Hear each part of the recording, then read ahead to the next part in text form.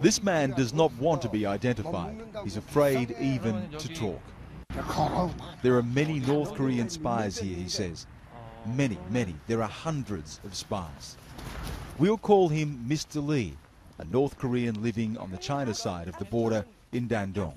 He says he risks death just being seen talking to us.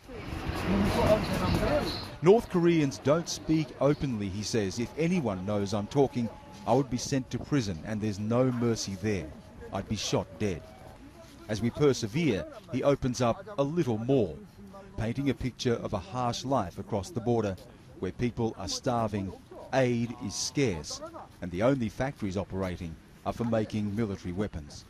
Right now, he says, he fears a desperate country with a potential power vacuum that could so easily lash out. Before Kim Jong-il died, he was preparing the country for war and death, he says, and to hand power to Kim Jong-un. Other North Koreans here are in mourning, weeping openly for the death of the dear leader. Flowers continue to be delivered to the North Korean consulate building.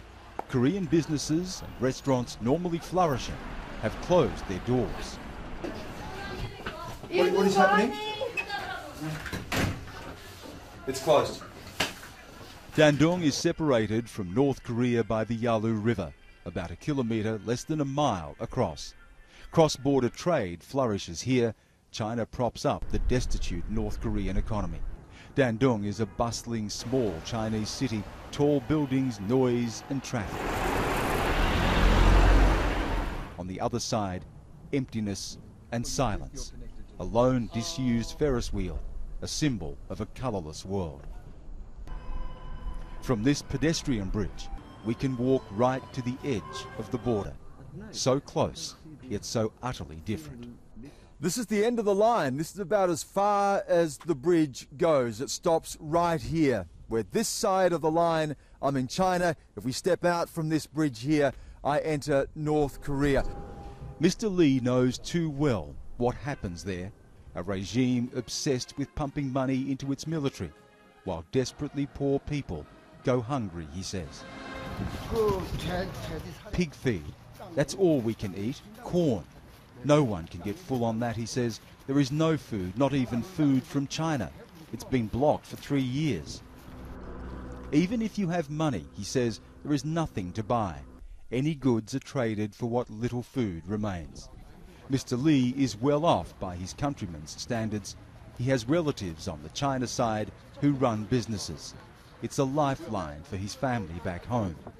Mr. Lee is able to work here on a limited visa, but he crosses back and forward just to keep his family alive.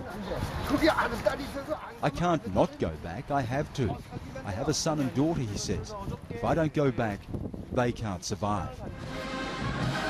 He has shed no tears for Kim Jong-il and harbours no great hope for the so-called great successor, Kim Jong-un.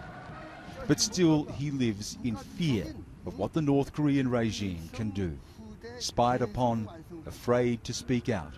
As much a prisoner of the hermit kingdom as those whose lives are trapped in its borders. Stan Grant, CNN, Dandong, on the China-North Korea border.